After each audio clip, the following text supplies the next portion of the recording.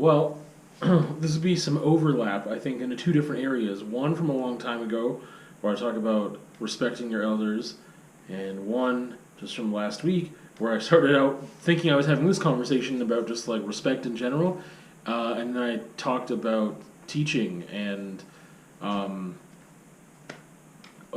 masters, not servants, which is like the motto for the Alberta Teachers Association. So somehow we got into there. Um, the premise is really basic, that it's just talking about respect and like who do you respect and why not and whatever. So leaping off of the conversation from like a year ago with respecting your elders, I could have just made this one back then, I guess, because it would definitely encompass the elders talk, because that's stupid. Like that's just really dumb, and that doesn't have any really validity to it. So I think a lot of people talk about respecting your elders because, oh, your people have done it before you, and they're older and they're supposed to be wiser and smarter, but that's not the case. As we know, just because somebody is coincidentally born before you were, which is a complete random act, that doesn't make them smarter or more wise. There's 90-year-old freaking idiots out there that refuse to learn. You know what I mean? Like that are capable of critical thinking and decide not to use it or whatever. Right? There's a plethora of examples as to why people that are older than you don't necessarily mean they're smart or kind or people worth respecting, because they could be horrible, horrible, horrible people. And what is the measure of what we should respect and what we shouldn't? Right? That's the other thing. Because depending on who I am versus you or someone else, we have different standards and different things we value. And what does it mean to respect someone in the first place? So it's just a rant, really, about just how dumb that is to just, respect people at random. However, the sticky situation you get into, or I do, is that you don't need to, but I mean, there's pressure to give people benefit of the doubt, right?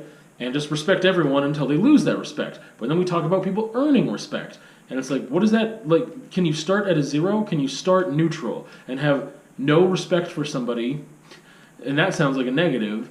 And then they have to earn the respect, which sounds like a positive. Or do you just give respect automatically that someone has a little bit of your, or just like the baseline respect? What does that mean? And what does that mean? What do you do with that? What does that does that mean you don't treat them crappy because they have your respect? But we shouldn't be treating people crappy anyway, even if we don't respect them. We just could choose not to interact with them if possible, or just have the most basic, neutral interactions as we possibly can if there's someone we have to interact with that we don't want to, that we don't respect. There's so much there that it's just a wealth of what do we do and how do we do it and why do we do it when it comes to respecting people and what does that mean and everything. So that's what I'm trying to figure out. I struggle with the concept of just giving people the benefit of the doubt, and I guess what does that mean with respect, right? Like, how does someone sit at a neutral with me before I know anything about them? First thing is, we usually see people and start judging them immediately in a very automatic way of like how they dress and what do we think about that style of dress and what do we attach to the way that person presents themselves, the things that they choose to wear if it's a choice, because sometimes people have uniforms and different things and it's not a choice, right? It's like, oh, that person is a prisoner and they're in, what I mean? Like they're doing ditch work or something, and you see, oh, okay, now I have an idea of who they are, but not really, not at all. You don't know anything about them other than that one thing. But some people will take that one thing, and it means a lot to them, and other people it may mean nothing to. Or if you have at a certain workplace, you're like, oh, that person is this thing. Well, what is that thing? Does it mean anything outside of the requirements of that job as to what that person is inside? No. But that's the thing. We first kind of just have that immediate judgment of, oh, this is the way that person looks. Okay, so this is whatever. And then you just have to take that or decide, oh, yeah, like that doesn't really mean anything though. Like whether someone looks really dirty or unkept or very professional or whatever it is that in your opinion would, be the thing that you start thinking about when you see somebody, and if that's a good or bad thing. Um, if you respect someone more because they're older than you automatically, like what other lines are there? Do you respect people more because they have more money than you? Like, what are your values? If someone has more money and you value someone having money, but you don't know how they acquired that money, then I guess how they acquired it doesn't matter to you because the fact that they have money is just worthy of your respect automatically. It doesn't necessarily mean they worked hard. It doesn't mean that they got their money honestly. It doesn't, there's so many things that you don't know. So, I mean, that's the other thing. Again, is like, what do we respect and why? Because we all have different standards and values. And then, again, how does someone earn that respect from you, or is it automatically given and then they lose it and whatever else? Which is, again, where I have trouble with that. That right there is the thing that I have difficulty with. Does everyone have a certain amount of respect, or what is neutral to me? What is like, I've never seen this person before, I know nothing about them basically, or I don't know anything about them that I can really measure as to whether I respect or don't respect this person. And does neutral mean just I haven't even thought about respecting them or not?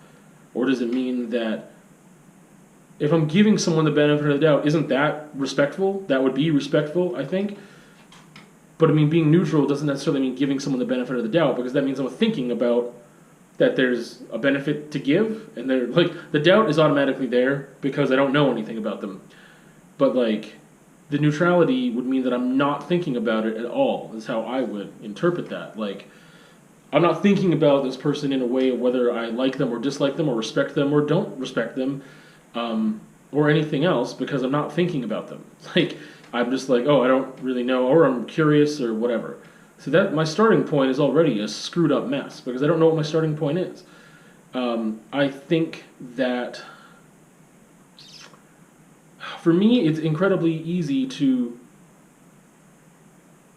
Oh man, I don't know. This is going sideways already. I was going to say it's incredibly easy to lose my respect, but I think that's untrue. It's really easy for me to determine whether I like someone or not.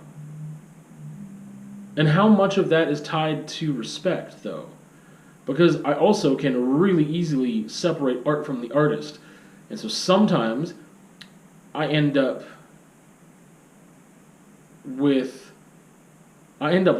someone because of the art they make when I don't know who they are as a person, right? It's like, oh, I love that artist. But really what I do is I love the art that they make. Maybe they say really cool things about their art and their process, and it's inspiring, and maybe I'm like, oh yeah, they like have a great mind and they think about these things in this way that I really understand and appreciate and challenges me or whatever, and then they go and do something that's really not cool.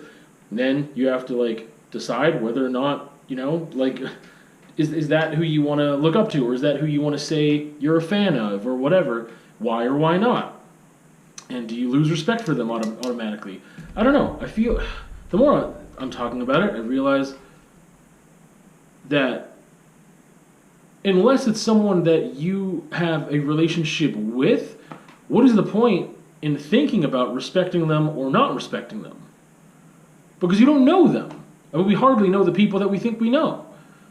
So what is the point in me being like, I really respect that man because he's a role model? You don't know. You respect what they represent to you. But what they represent to you isn't the reality of who they are, necessarily. In some cases, I'm sure it is.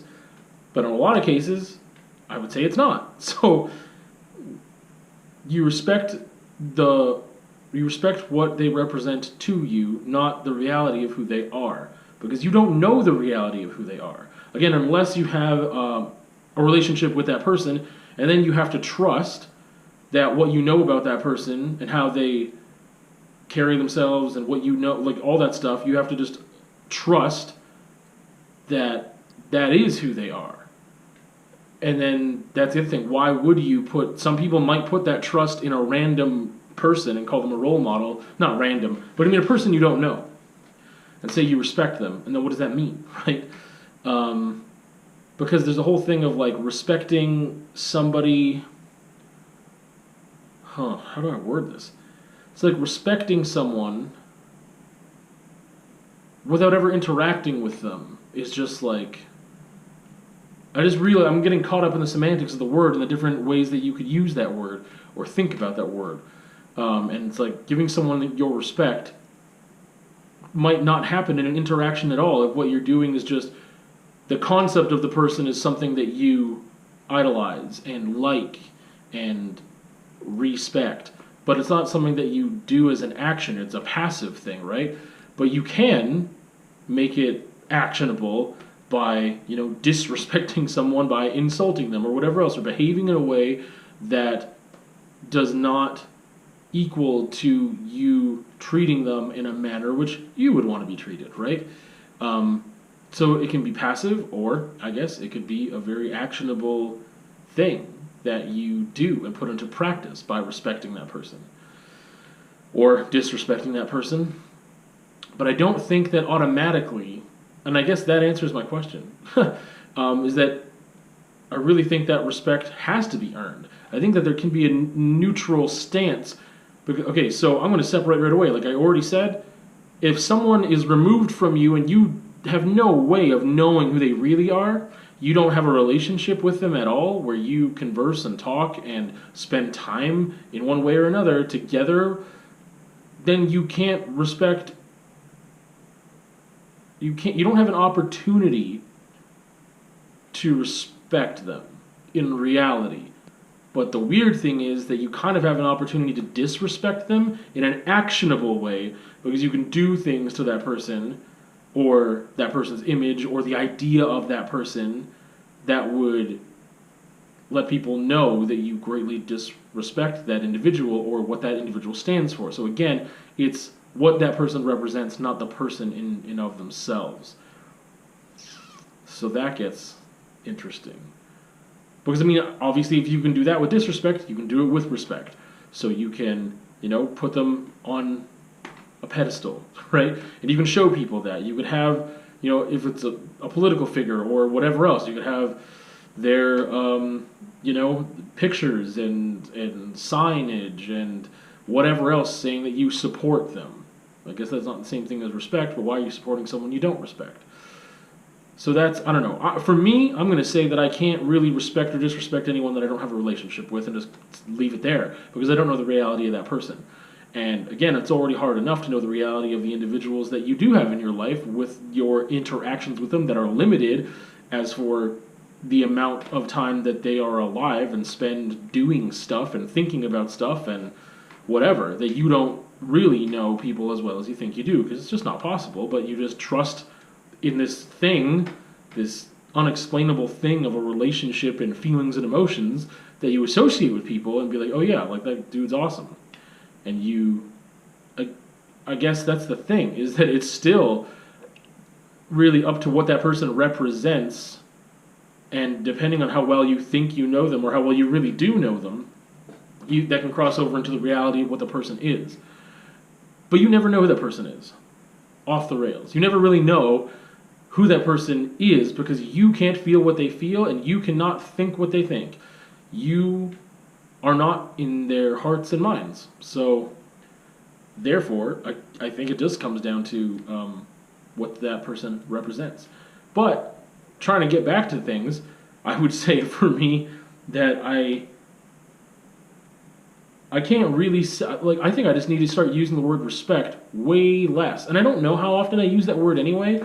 But I can't, if I see someone on the street, kick a dog, I could say that what they're doing is disrespectful, or I could say I don't respect that person for their actions.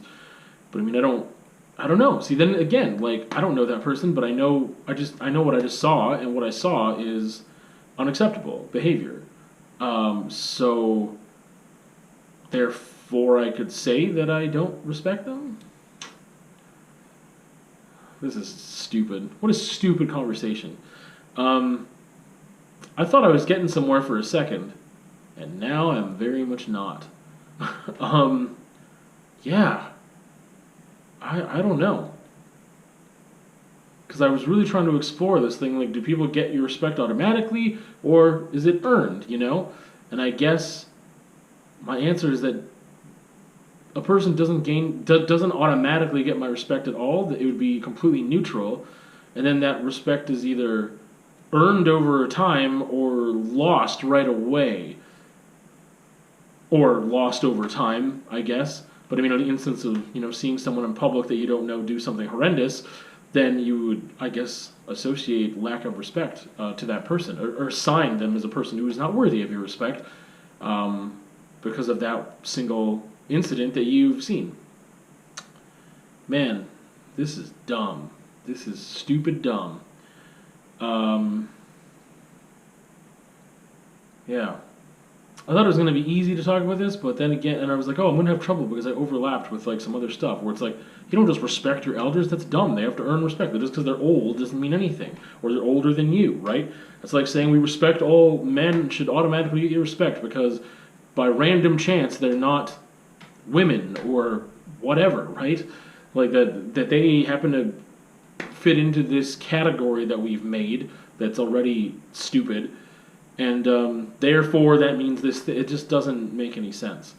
Like I said, it's the same. It's just with any trait. It's like any random trait, like hair color or eye color or skin color or whatever, right? That automatically that means we respect this person more or respect them less. Oh, what a dumb thing. How do I wrap this up? What have I learned? I learned that I don't give people. I mean, if giving someone the benefit of the doubt means not assigning anything negative to them right off the bat until they have done anything, any type of action in front of me, I guess I do give people the benefit of the doubt. But that doesn't equal to me respecting somebody because I have no measure or not whether I can or cannot respect them until I have witnessed enough of their actions, or sometimes that's just one action. Sometimes it might mean like you get to know someone really slowly and they just haven't done anything yet that has swayed me on one side or the other, so I don't feel a particular respect or disrespect for them. So it's definitely not an automatic thing that I assign to just somebody, period. Not in a positive way, not in a negative way. So I guess that's a good thing. And that's it. Well, I'm going to see you on another time.